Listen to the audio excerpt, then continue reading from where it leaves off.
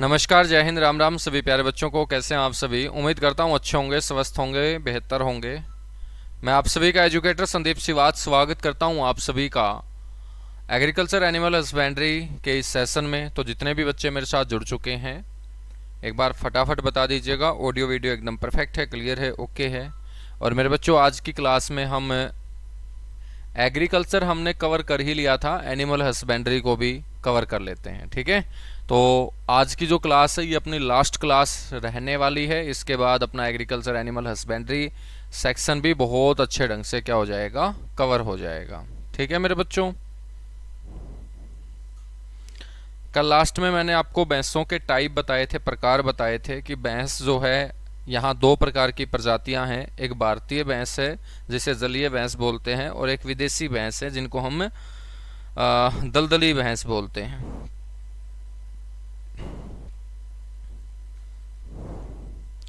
भैंसों की कुछ प्रजातियों की हम चर्चा करेंगे, नस्लों की हम चर्चा करेंगे।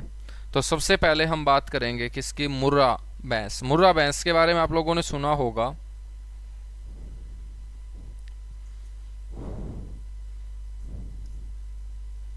सबसे पहली जो नस्ल है मेरे बच्चों, वो कौन सी है? मुर्रा भैंस है। मुर्रा जो भैंस है इसे हम क्या बोलते हैं? ब्लैक गोल्ड बोलते हैं, काला सोना।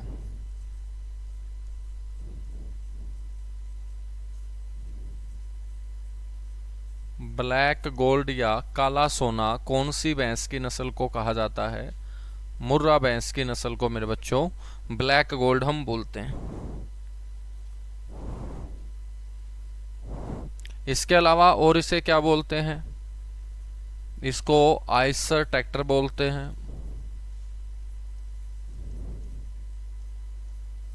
ठीक है। इसको आइसर ट्रैक्टर भी कहा जाता है।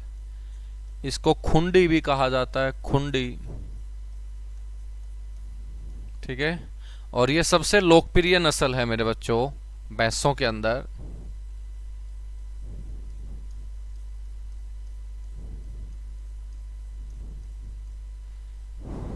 भैंसों की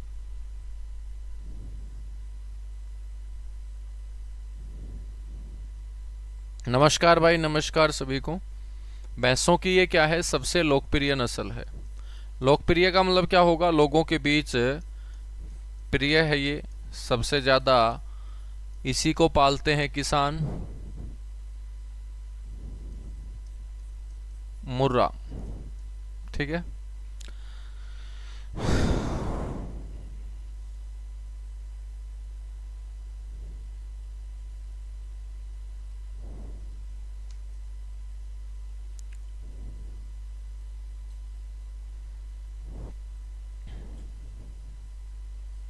बच्चों बात करें हम, तो मुर्रा जो भैंस है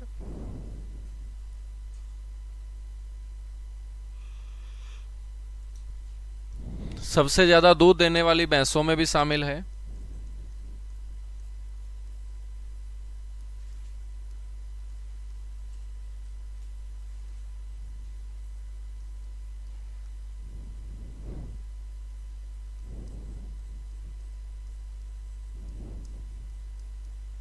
और इस मुर्रा भैंस का जो जन्म स्थान माना जाता है वो मोंटगोमरी, पाकिस्तान माना जाता है बच्चों।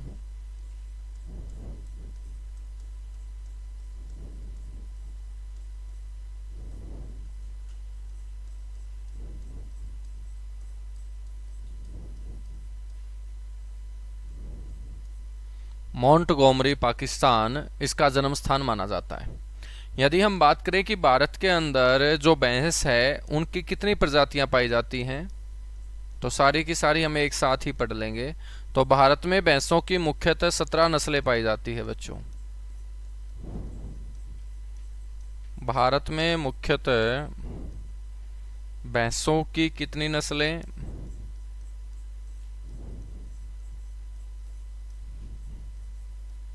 भैंसों की 17 नस्लें।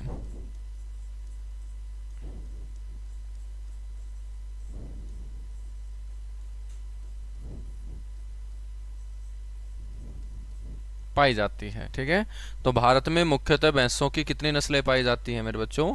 17 नस्लें जो है ना वो मुख्यतः पाई जाती हैं। जैसे हम बात करें सर ये कौन कौन सी हैं। पहली जो नस्ल है बच्चों यहाँ पर वो बद्दावरी नस्ल है, बद्दावरी भैंस। तो आपसे पूछा जाएगा कि बद्दावरी जो भैंस है ये मेरे बच्चों कहाँ की नस्ल है, तो आपको ध्यान रखना है ये उत्तर प्रदेश और मध्य प्रदेश की भैंस है। उत्तर प्रदेश और मध्य प्रदेश के अंदर जो भैंस की नस्ल है वो कौन सी है? बद्दावरी। बद्दावरी के बाद हम बात करें जाफराबादी।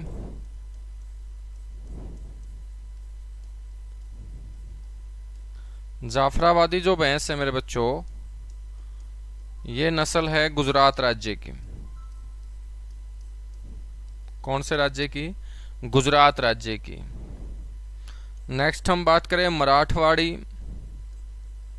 तो नाम से ही पता चल रहा है मराठा, और मराठा कहाँ है बच्चों? महाराष्ट्र में। तो मराठवाड़ी जो है ना ये महाराष्ट्र की भैंस की नस्ल का नाम है मराठवाड़ी। इसके अलावा बच्चों बात करें मेहसाणा। मेहसाणा जो नस्ल है ये नस्ल है मेरे बच्चों गुजरात की। ठीक है, इसके अलावा नेक्स्ट आपको ध्यान रखनी है मुर्रा, जिसको हमने ब्लैक गोल्ड बोला है। तो इसका जन्म तो हुआ था मोंटगोमरी पाकिस्तान के अंदर, लेकिन आज के समय बात करें हम तो हरियाणा ही इसका मुख्य स्थान माना जाता है, अपना हरियाणा। ठीक है बच्चों, बात करें नीली रावी की, पेपर में पूछी जाती है ये नस्ल नीली रावी कि नीली रावी कहाँ की प्रसिद्ध भैंस की नस्ल है। तो नीली रावी जो भैंस है बच्चों ये पंजाब की प्रसिद्ध नस्ल है। इसके अलावा हम बात करें नागपुरी, तो आप सभी को पता होगा नागपुर शहर के नाम पर इस नस्ल का नाम है नागपुरी भैंस। और मेरे बच्चों नागपुरी जो भैंस है ना ये कहाँ की होगी? फिर महाराष्ट्र की, क्योंकि नागपुर कहाँ है सर? महाराष्ट्र में है। ठीक है, नागपुरी के बाद मेरे बच्चों बात करते हैं पंढरपुरी।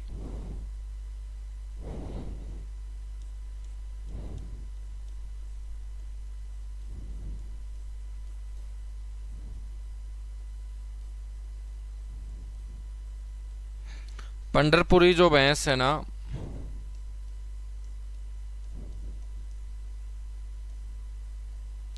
वो महाराष्ट्र की है।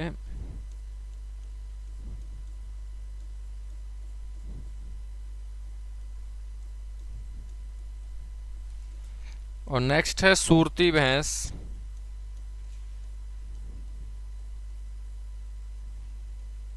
ये मेरे बच्चों गुजरात की है। कहाँ की है? गुजरात की है। गुजरात की एक और नस्ल है बन्नी।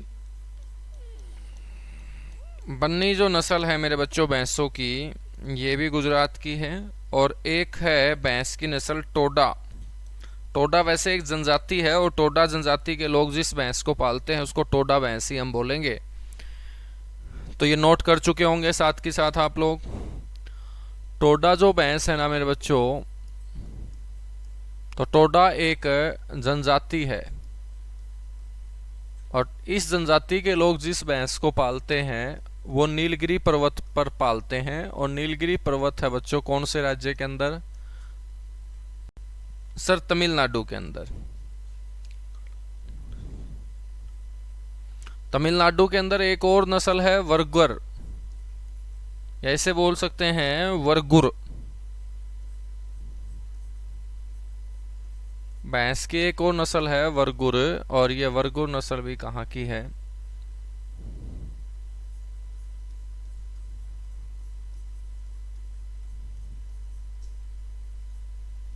तमिलनाडु की। ठीक है, नेक्स्ट हम बात करें मेरे बच्चों काला हांडी। काला हांडी जो नस्ल है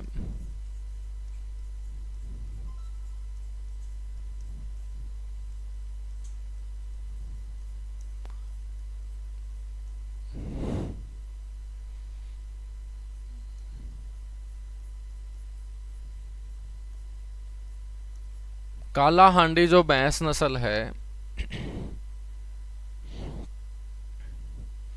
ये है उड़ीसा की।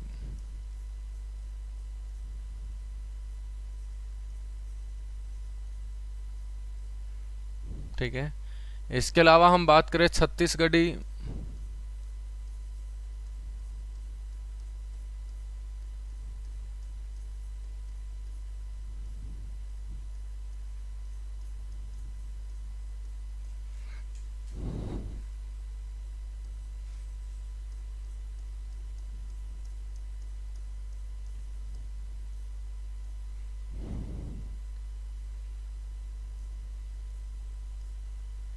छत्तीसगढ़ की। ठीक है मेरे बच्चों।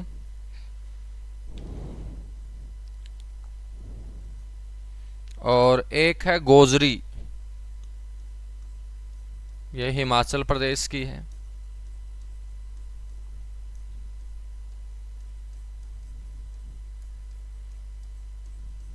कहाँ की है ये? हिमाचल प्रदेश की।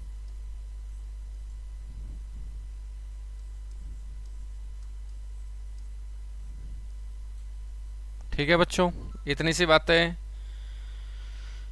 याद रखोगे आप लोग।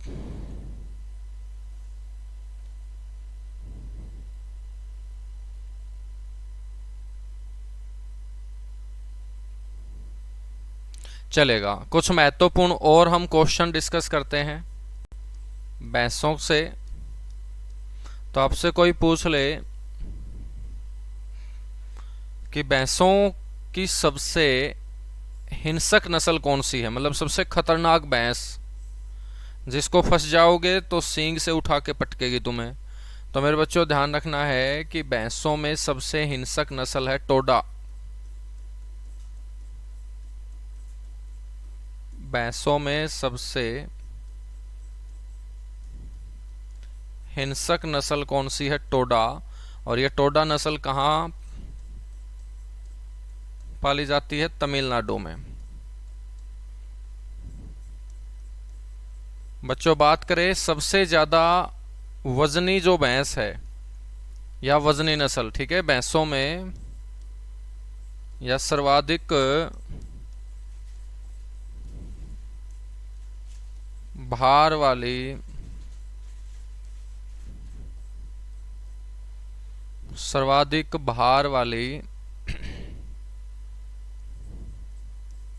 भैंस ये है मेरे बच्चों जाफराबादी।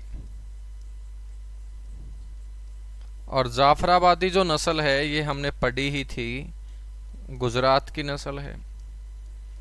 सर्वाधिक दूध देने वाली मेरे बच्चों कौन सी है? मुर्रा भैंस। और अपने हरियाणा में तो मुर्रा भैंस को लेकर कहावत भी बोली जाती है कि जिसके घर काली उसी के घर दिवाली। तो सर्वाधिक दूध देने वाली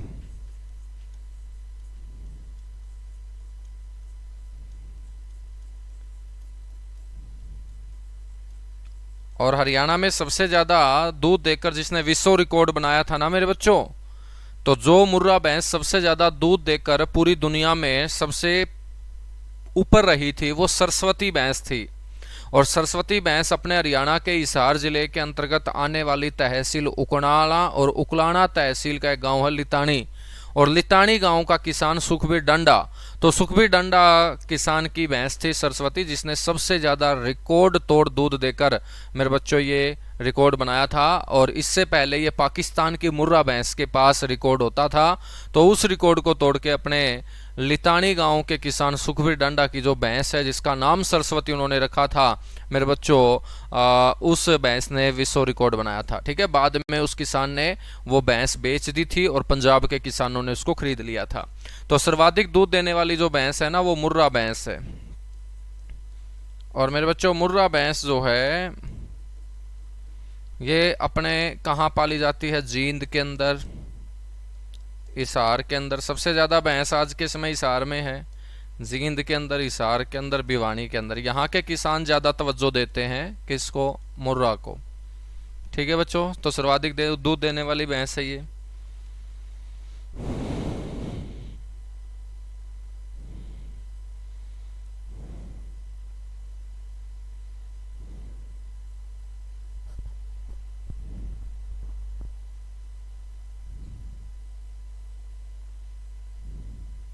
ठीक है, तो इतना सा आपको ध्यान रखना है।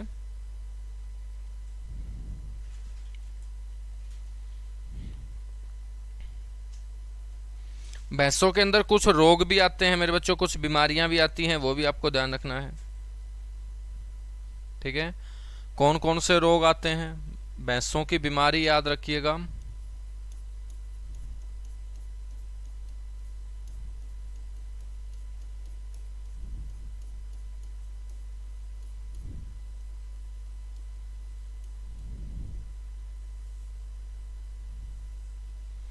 बीमारियों में बच्चों ध्यान रखना है,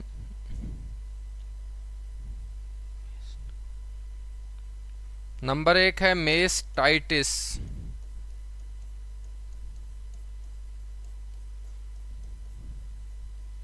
मेस्टाइटिस जो है बच्चों, ये एक प्रकार से जीवाणु रोग है।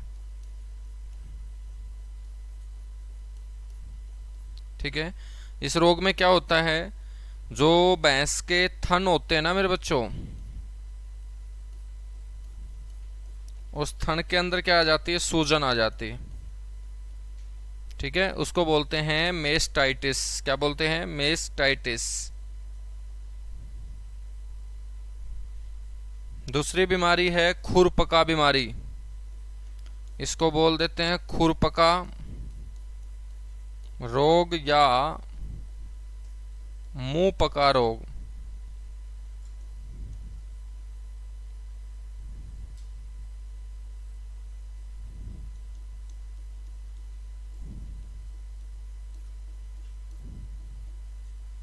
खुरपका रोग व मुंह पका रोग, ठीक है, ये एक प्रकार की मेरे बच्चों वायरस से संबंधित है।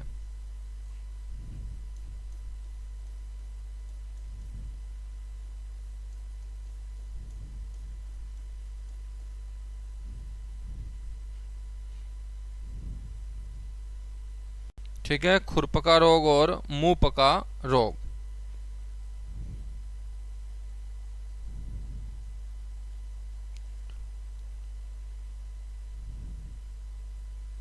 और एक बीमारी ध्यान रख लेना, रिंडरपेस्ट।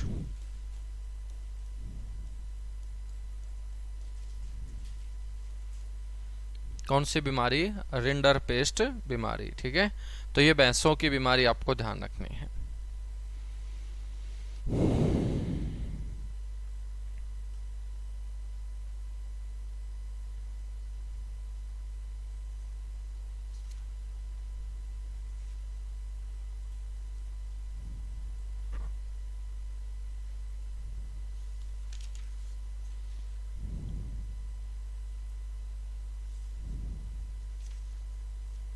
ठीक है बच्चों,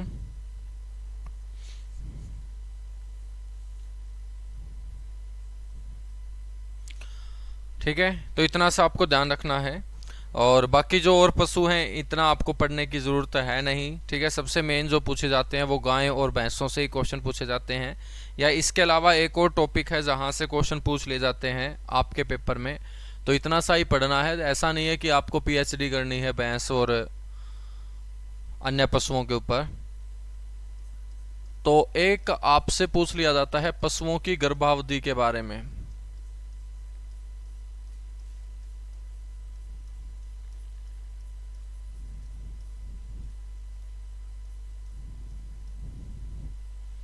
ठीक है,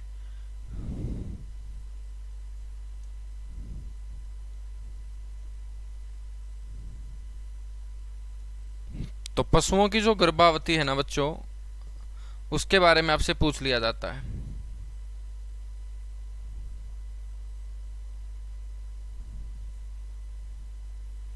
सबसे पहले हम बात करते हैं भैंस। भैंस की जो गर्भावधि होती है वो कितनी होती है? तो भैंस की गर्भावधि आपको ध्यान रखनी है 310 दिन होती है बच्चों, 310 दिन, या हम ये भी बोल सकते हैं 10 महीने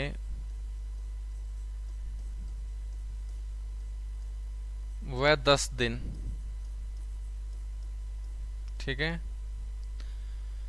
उसके बाद भैंस के बाद हम बात करते हैं मवेशी की, कैटल की। मवेशी की जो गर्भावधि होती है मेरे बच्चों वो होती है 283 दिन।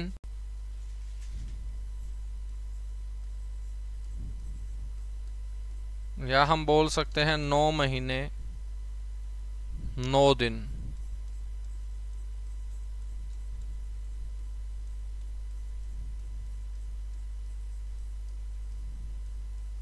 नौ महीने व 9 दिन।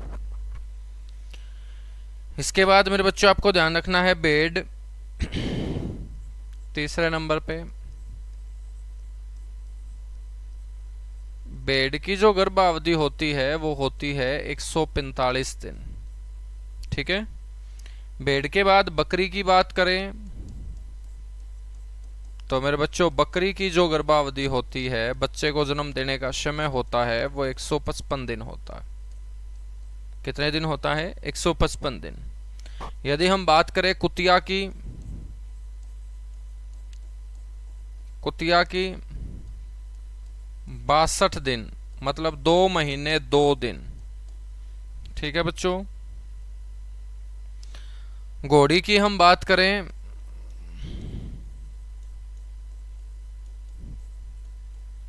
तो इसकी अवधि होती है 341 दिन। कितनी होती है? 341 दिन। ऊंट की हम बात करें मेरे बच्चों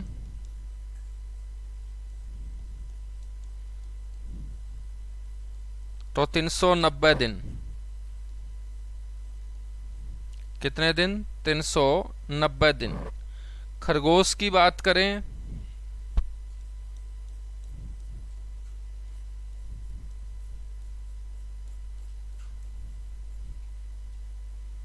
तो खरगोश की जो गर्भावधि होती है वो 32 से 35 दिन।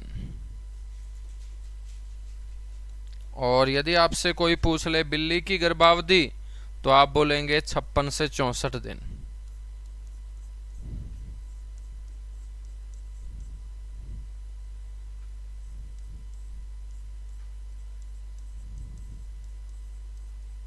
छप्पन से 64 दिन। ठीक है।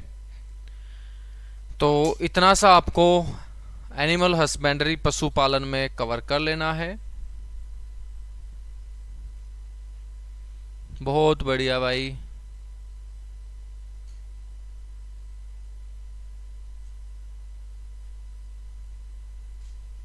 गिगनाऊ भिवानी से राम राम, नमस्कार, जय हिंद। ठीक है। तो मेरे प्यारे बच्चों, लगभग हमारी जितनी भी क्लासेज हुई हैं उसमें एग्रीकल्चर एनिमल हस्बेंड्री का जो पार्ट था, जो आप लोग डिमांड कर रहे थे, वो भी मैंने कंप्लीट करवा दिया है। एग्जाम में अभी आपके पास अच्छा खासा समय है, और जैसा मैंने आप लोगों से वादा किया था कि लगभग मैं आप लोगों को एग्जाम से कई दिन पहले सिलेबस पूरा करवा दूंगा, तो मेरे बच्चों वो आपका सिलेबस अच्छे ढंग से कंप्लीट हो चुका है। यूट्यूब के ऊपर एमसीक्यू सेशन प्रैक्टिस के रूप में आप मेरे से जुड़े रहिएगा। रोजगार विद अंकित यूट्यूब चैनल पे, या जिक्के बाई संदीप सिवाच भी आप सर्च कर सकते हैं। तो रोजगार with Ankit, Jikke by Sandeep Siwach, दोनों यूट्यूब चैनल के ऊपर आप लोगों को एग्जाम तक प्रैक्टिस में करवाता रहूँगा। मैक्सिमम जो क्वेश्चन है वो आप लोगों को एग्जाम के अंदर देखने को मिलेंगे।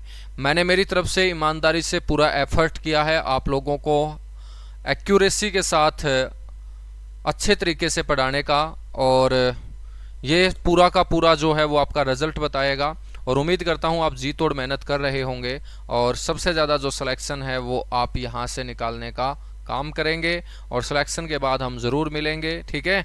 तो मेरे बच्चों, आप लोगों को बहुत बहुत शुभकामनाएं। जीवन में आप लोग इसी तरीके से आगे बढ़ते रहें, और आपकी परिस्थितियां जो बदल सकती हैं उसको आप बदलना चाहते हैं, नो डाउट मेरे बच्चों, वो सिर्फ पढ़ाई के बलबूते ही बदल सकती हैं।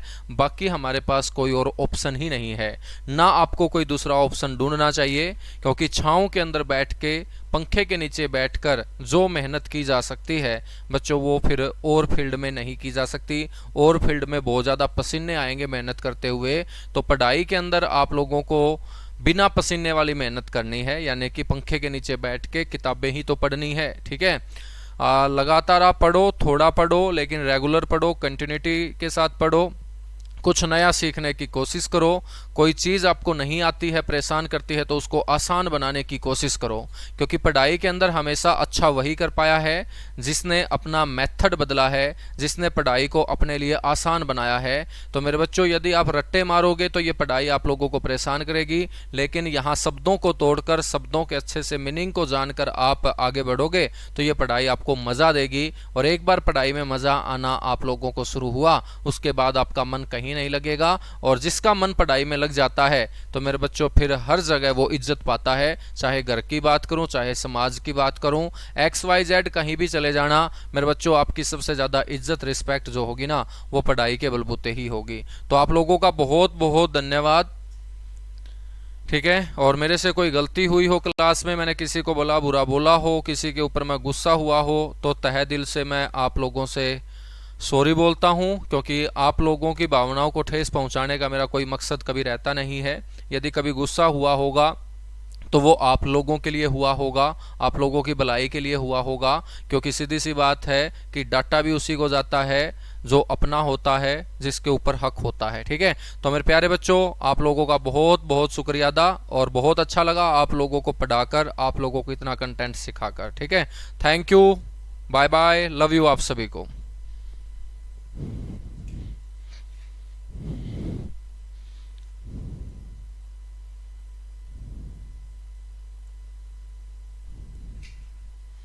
और सभी को मेरी तरफ से आपको शुभकामनाएं, सिर्फ पेपर की शुभकामनाएं नहीं, पूरी जिंदगी में आप सुखी रहो, इसके लिए शुभकामनाएं।